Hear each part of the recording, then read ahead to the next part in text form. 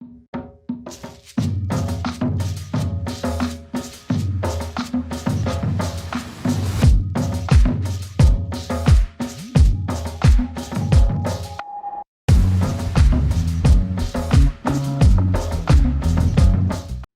Friends, welcome to pebbles. నేను మీతో చెన్నై సుధా. మనం నేటికి చేయబోయేది క్యాబేజ్ పరోటా. మన ఆలు పరోటా ఎలానో అలానే వచ్చి క్యాబేజ్ పరోటా, కాలీఫ్లవర్ పరోటా కూడా చేయవచ్చు. అది వచ్చి నేను నెక్స్ట్ వీడియోలో చూపిస్తున్నాను. ఇప్పుడు మనం నేటికి చేయబోయేది క్యాబేజ్ పరోటా. దానికి ఎట్ట చేయాలా, ఏమేమి ఇంగ్రీడియంట్స్ కావాలని చూద్దాం. 2 కప్పు గోధుమ పిండి ఎత్తుకోండి, కొద్దిగా ఓమం, మళ్ళీ కస్తూరి మేతి వేస్తున్నాను, నీళ్ళు చల్లి కలుపుకుంటా, కావాల్సిన ఉప్పు వేసుకుంటా. దాని ముందు మనం 1 చెంచా నూనె పోసుకుంటా, బాగా కలుపుకండి.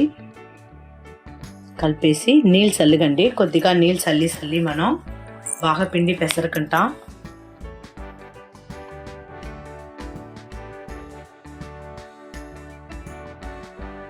చూసారా, ఈ విధంగా పిండి పిసుకున్నది బాగా కలుపుకోండి. మనం ఎంత నీళ్ళు పోసిని పిండి వచ్చి చేసిన బాగా చూసారంట. ఈ విధంగా బాగా మెత్తగా ఉండాలి పిండి, అప్పుడుదా మనకు తినేదానికి బాగా సాఫ్ట్గా ఉంటుంది. ఒక 10 నిమిషాలు అట్నే పెట్టేస్తాం. మనం క్యాబేజ్ వచ్చి ఒక 200 గ్రాములు ఎత్తుండాను, ఒక పచ్చిమిరపకాయ సన్నగా కోసి పెట్టుంటా, ఒక ముక్క అల్లం ఎత్తుకుంటా, దాన్ని తురిమి పెట్టుకుంటాను నేను.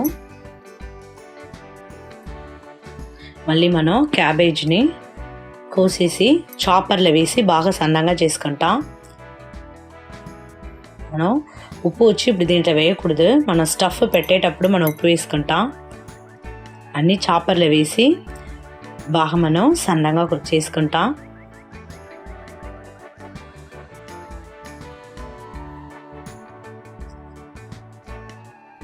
చూసారా, ఈ విధంగా బాగా సన్నగా అయిపోను.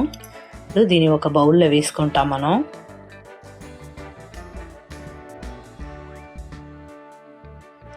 మనం తరిగిన పచ్చిమిరపకాయ, అల్లం, కొత్తిమీర కొద్దిగా వేస్తున్నాను. అన్నీ వేసి మొత్తంగా బాగా కలుపుకోండి. బాగా కలిపి పెట్టేస్తా. ఉప్పు ఇప్పుడు వేయవద్దు, ఉప్పు వేస్తా నీళ్ళు ఉడిచేసిన, అందుకే మనం స్టఫ్ పెట్టేటప్పుడు మనం ఉప్పు వేసుకుంటాం.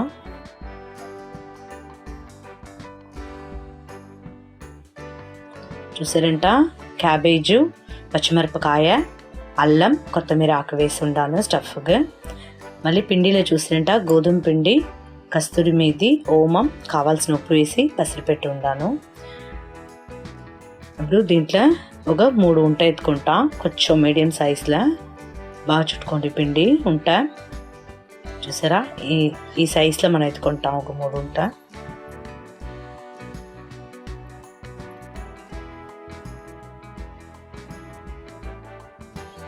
చాలు. మనం ఈ విధంగా ఉండాలి. మనకు పిండి మెత్తగా ఉంటేనే మనకు రుద్దేదానికి తినేదానికి బాగుంటుంది. ఇప్పుడు మనం చపాతీ రుద్దేలాగా రుద్దుకుంటాం. బాగా చేతిలో కూడా నొక్కి ఉడ్చుకోండి. ఇప్పుడు లోపల మనం స్టఫ్ పెట్టుకుంటాం.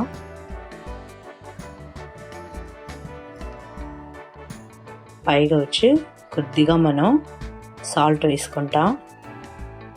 చూసారా, కొద్దిగా సాల్ట్ అట్ట చల్లుకుంటాం మనం పైన. మళ్ళీ స్టఫ్ పెట్టి పిండి బాగా మూసుకోండి. ఈ విధంగా అన్ని లోపల పెట్టి బాగా వంటలాగా అట్ట చేసుకోండి. చూడండి, ఈ విధంగా చేసుకోండి. మనం ఇప్పుడు చేతులనే ముందు బాగా నొక్కి ఉడ్చుకుంటాం మెల్లిగా. మనం వచ్చి ప్రెషర్ ఇచ్చి రుద్దకూడదు, మెల్లిగా రుద్దాలి. చూసారా, ఈ విధంగా చేతుల ముందు మనం ఇట్లా నొక్కి ఉడ్చేసి మళ్ళీ మెల్లిగా రుద్దుకుంటాం. నిండా ఫోర్స్గా చేయకూడదు.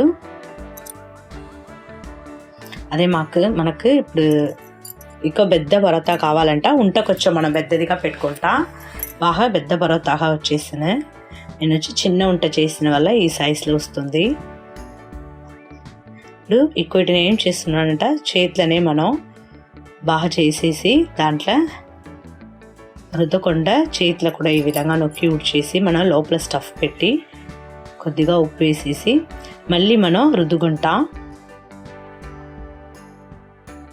చూసారా, రుద్దేటప్పుడు ఫోర్స్ చేయకండి, పైకా అట్నే మెల్లిగా రుద్దితే చాలు. ముందు మనం చేతిలో బాగా నొక్కి చేసి రుద్దేస్తాం. చూసారా, ఈ విధంగా మనం మెల్లిగా చేయాలి.